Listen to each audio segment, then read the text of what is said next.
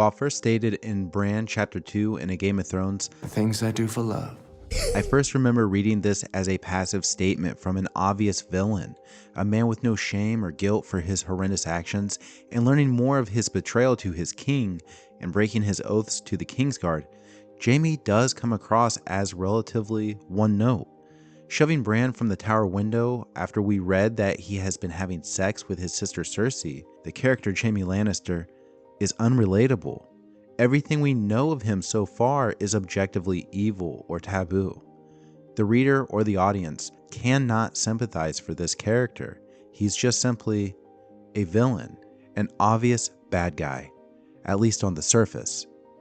When you compare Jaime Lannister with characters like Ned Stark, it is a very black and white outlook. Ned Stark seemingly is everything Jaime is not. Where Jaime is notorious for betraying his oath as a Kingsguard and stabbing Aerys Targaryen in the back, killing the king he was sworn to protect. And at first read, it is quite easy to see Jaime as a man without any code of honor, when very early on, even when executing a man for deserting the Night's Watch, Ned Stark fulfills his duty with a code of honor that everyone agrees is noble. Yet our way is the older way. The blood of the first men still flows in the veins of the Starks, and we hold to the belief that the man who passes the sentence should swing the sword. If you would take a man's life, you owe it to him to look into his eyes and hear his final words. And if you cannot bear to do that, then perhaps the man does not deserve to die. The character Jaime Lannister sneers at this assumed nobility and honor. Jaime lives his life as he is perceived, a privileged son of a great lord, an elite swordsman, a man who sees no value in honor, an oathbreaker who laughs at the term Kingslayer. Jaime does his best to live up to the awful reputations with arrogance and pride. Anything claimed against Jaime he can use as his mask. It's his shield. He protects himself with the world's judgment. Yes, he killed the king. Yes, he broke his vows. And yes, he's got no shame. Or at least, that's what he'd like everyone to think. The things we do for love. When stated by a man we would all condemn based on the information available to us at this point, at first, this statement may ring hollow, but when we learn more of Jaime later on, you can see that the things Jaime does for love has truly been what holds his life hostage in many ways. We'll come back to this here shortly. But for now, let's take a look at Jaime's reputation as it follows him deeper into the story. Never forget what you are. The rest of the world will not. Wear it like armor. Tyrion is not the only Lannister who lives by this code, as all the way through Season 3 in Game of Thrones and the third book, A Storm of Swords, Jaime keeps this armor on proudly. While he knows he's condemned for it, he believes this is an honest way of living. You see how he mocks Ned Stark's commitment to honor, yet he believes that everyone is as flawed as he is, and they all live under an illusion or false reputation. It never falls short of Jaime that Ned fathered a bastard. Jaime knows the things that he does in the dark and assumes everyone lives with a similar, secretive life. And as the rumors and discovery about Jaime and Cersei become more public knowledge in Season 2 of Game of Thrones or in the second book, A Clash of Kings, Jaime doesn't hide from these claims. In fact, he brags of his monogamy to his sister, Cersei, while attempting to insult Ned Stark when speaking with Catelyn in A Clash of Kings. In A Storm of Swords and in Season 3, it becomes clear that Jaime has made a vow to Catelyn, but living up to his reputation, Jaime is certainly not prepared to live up to his vow. While being escorted by Brienne, Jaime continues to be cruel and mean-spirited to his escort, and for every claim of Kingslayer Brienne makes at Jaime, he responds accordingly vile and is often seeking an opportunity for escape. At one point, Jaime is able to take possession of a sword. While this unfolds a little differently from show and book, the end result is the same. Jaime is on the cusp of being defeated by Brienne, but this only serves to draw the attention of the brave companions, or in the show, the Bolton's men led by the show-only character Locke. Now, Brienne is the embodiment of everything Jaime believes does not exist. Just as Jaime is the harsh reality for Brienne of how complicated living up to your honor and vows certainly will be. Both represent an unfortunate truth for each other, while the challenges in front of them will pose opposite obstacles. For Brienne, can she remain an aspiring knight of honor in the face of contradicting vows, overlapping, and conflicting allegiances? As the reality of the world before Brienne changes, can she remain the same? And as for Jaime, as the complicated, contradictory, cruel, and cynical world he has known will certainly stay the same, can he change? You see, up until this point when Jaime and Brienne are captured by the brave companions, there is no shred of compassion in Jaime. No redeeming character traits. Sure, you could assume he loves his sister and maybe he loves Tyrion. But when you ask your audience to find these traits relatable, from this character it seems too shallow, or in the case of his love for Cersei, it is unnatural. Most are not cheering for this character because they relate to his incestuous relationship. Jaime is still just an unrelatable villain who continues to live up to his reputation. But then, something changes. Knowing the assault that would surely fall upon Brienne in the show and book, Jaime makes certain that their captors know of Brienne's worth. Although lying about Tarth being full of sapphires, this is enough to save Brienne of the worst assaults. If Brienne's maidenhood were not intact, her value certainly would be worth less. The small lie, while potentially saving Brienne from harm, is the greatest act that Jaime has ever performed for either the show audience or for the book readers, at least up until this point. While this certainly doesn't change much about the opinion of Jaime, nobody can deny that he made an attempt to have Brienne spared, because like the book readers, the type of assault Brienne would suffer at the hands of the brave companions, for Jaime, is not something he could accept. This, for many, was the first time that Jaime seemed remotely relatable. Unfortunately, in the book and in the show, Jaime is rewarded quickly by having his sword hand senselessly cut off. This is where everything changes. It's not just the loss of Jaime's hand represents the loss of his power with the sword, the hand that he used to shove his sword into the back of the Mad King, or that the hand that shoved Bran from the tower window is removed, or that the hand he used to love Cersei is gone. What Jaime truly loses at this point of the story is his mask, this false identity that he has created for himself.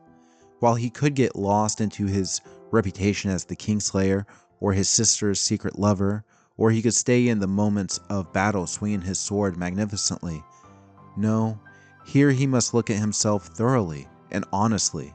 It is Jaime's time to look in the mirror, and finally, we all discover how Jaime became his reputation. Jaime has been beaten, he has been mocked and kicked around for amusement. He is defeated. While the only redeeming quality anyone has seen from Jaime was to try to speak to the greed of his captors to save Brienne, no matter how vile we assume a person to be, Jaime becomes sympathetic. Similar to what show fans experience with Theon, watching someone be tortured is often too difficult to bear, regardless of their misgivings. Audiences get to soon experience something even more from Jaime.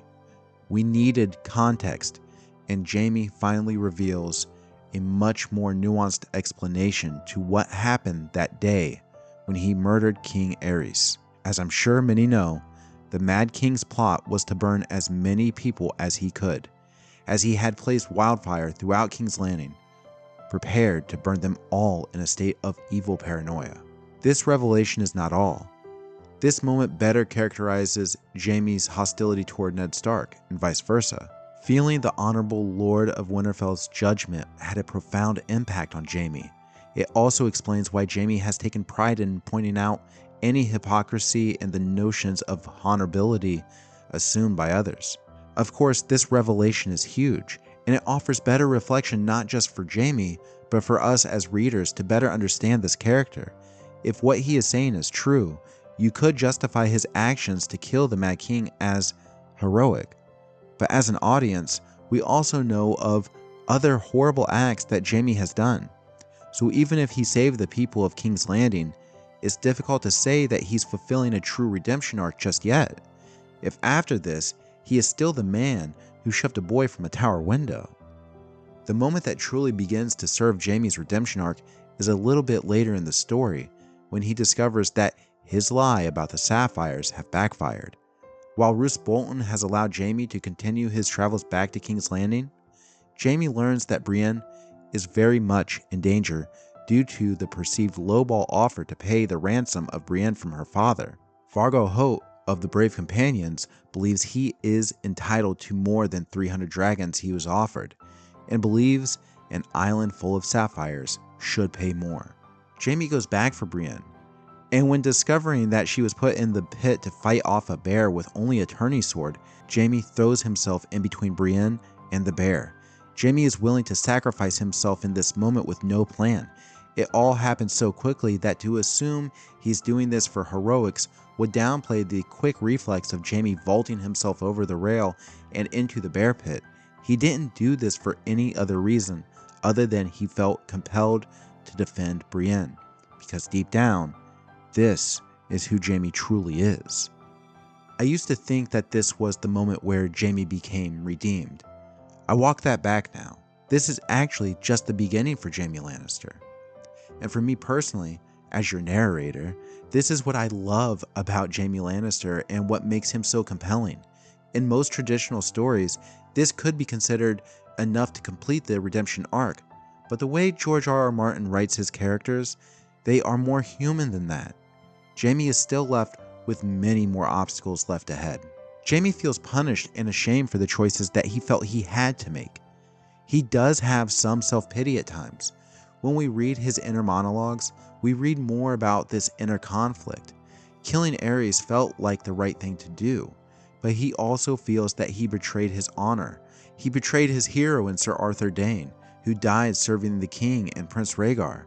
At times, maybe Jaime forgets that he saved the people of King's Landing, as he is the only one who knows that this is what he truly did.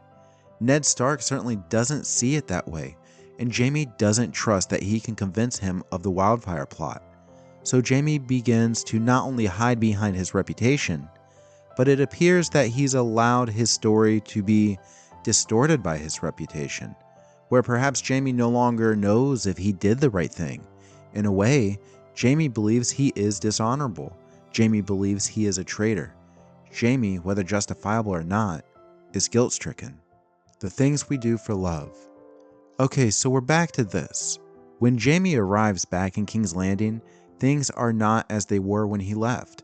Depending on whether you're looking at the show or book version of events, Jaime may have a new perspective, but that doesn't mean everyone else will see him through this lens, nor will anyone care about his heroics saving Brienne of Tarth. Jaime is confronted by his father Tywin, who wishes to see him take the seat as Lord of Casterly Rock, but Jaime refuses. He is given Oathkeeper at this point, but he is condemned by his father as no son of mine. Cersei believes Jaime changed and is particularly harsh with him. Tyrion, after learning that Jaime lied about Tysha, turns on Jaime. From Jaime's perspective, he has lost all those that still mattered to him. While the outside world condemned him as Kingslayer, inside House Lannister, he still felt valued. But that has begun to disappear. So who can Jaime be now? The things he's done for love have seemingly betrayed him. Kill a king and be branded a traitor, shove a boy from a tower window and start a war, ultimately losing your hand in the process. Confess to Tyrion the truth and feel your brother's anger and sense of betrayal, while also discovering the possibility that Cersei is not faithful and has had affairs with other men. Jaime is hurt, but we've seen him hurt before. You see, the world continues to throw its cruelty at Jaime, but unlike before where he would simply hide behind his reputation, Jaime chooses to hide behind nothing and carve out a new path, possibly fulfilling the pages of the White Book for the Kingsguard. How can he serve honorably? How can he perhaps become Jaime Goldenhand, the Just? At this point, he has armed Brienne with his sword Oathkeeper and sent her off to find Sansa. Perhaps a good start on this new path for Jaime is fulfilling that vow he made to Catelyn Stark. Little does Jaime know how significant this vow will become when he almost certainly will be confronted by Catelyn again, but this time in the form of Lady Stoneheart. While the show really seems to mix up this part for Jaime and Riverrun, there is a similar interaction with Edmure Tully while Jaime offers up a sadistic Tywin Lannister level threat. Jaime does fulfill his oath, however, by not harming any Tullys when taking back Riverrun to turn it back over to the Freys. Meanwhile, Brennan Tully, the Blackfish, and Edmure Tully do not seem to recognize Jaime's attempts to become a man of honor. The only one person who seems to recognize this in Jaime is Brienne. And I think this is perfect. I find Brienne to be a perfect counterpart to Jaime. While the romantic aspect in the show may or may not come to fruition in the books, when we last see the two, they happen to run into each other during their travels in the Riverlands. While Brienne is aspiring to maintain her honor in a world that constantly demands her to be flexible and forsake one vow for another or her honor for the life of others, Jaime is trying to change into a man of honor in this world that remains the same cruel place he's always known. You see, I believe Jaime is about to be confronted by Lady Stoneheart in the books. While I think Jaime begins his path to redemption when he saved Brienne at Harrenhal, the true test is now that he's discovered his desire for a more justifiable, more honorable existence. He may very well be challenged quite harshly when his life may be on the line when he's confronted with Lady Stoneheart. It is all too fitting that Brienne, the one purely objectively good character in the series, to most viewers at least, and in the eyes of Jaime, is the one that appears to be leading Jaime into the hands of a revenge-thirsty Lady Stoneheart. While I believe Jaime could meet his fate here, I don't believe this would complete his arc, and maybe that's the cold reality our author George R.R. Martin may provide us. What makes me say Jaime will survive Lady Stoneheart is simple: the things we do for love. Jaime's story begins and ends with his relationship with Cersei. The worst things he's ever done, he has done for Cersei. In pursuit of his selfish desires for Cersei and the pleasure he received from her, Jaime had two loves. First being the admiration for the honor bestowed upon the greatest knights in the realm, of which he would certainly find by joining the Kingsguard. But the greatest perk of them all is the other love, the most important love, and that is being in close proximity to Cersei as a perk of joining the Kingsguard, as she was brought to court with the king's hand, their father, Tywin Lannister. However, when the relationship between Tywin and the Mad King deteriorated, Tywin left and took Cersei back to Casterly Rock, leaving Jaime alone. When Jaime was named to Robert's Kingsguard and given a pardon, while he was able to father children with Cersei, they would be raised as children of Robert Baratheon, not Jaime's. While Jaime seemed to care little for his children, later in the books, the consideration of being of better service to Tommen and possibly revealing the truth to Myrcella flickers in Jaime's thoughts.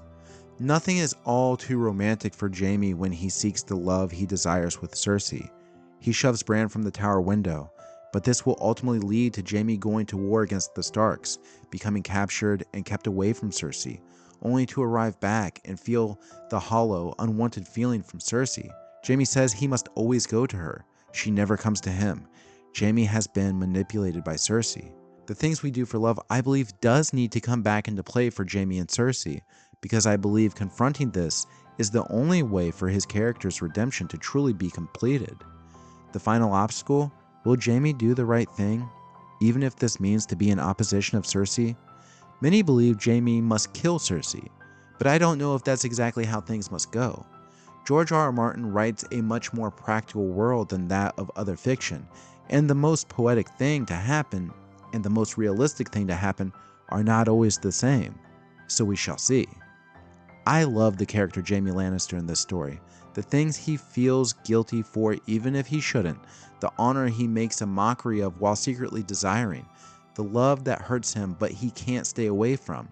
These are very real moments that express his humanity, making him far more relatable than you must have thought at first glance. It is a chore to create a character who can be vile but empathize with, and even becoming sympathetic. While many probably began reading A Song of Ice and Fire, finding the Starks the most relatable and therefore the easiest to cheer for, The way Jaime becomes beloved by readers, I think all comes down to finding the most human element in writing and exploring that to your wit's end, while finding the human heart in conflict with itself. Through Jaime Lannister, I believe this is George R. R. Martin's best written character.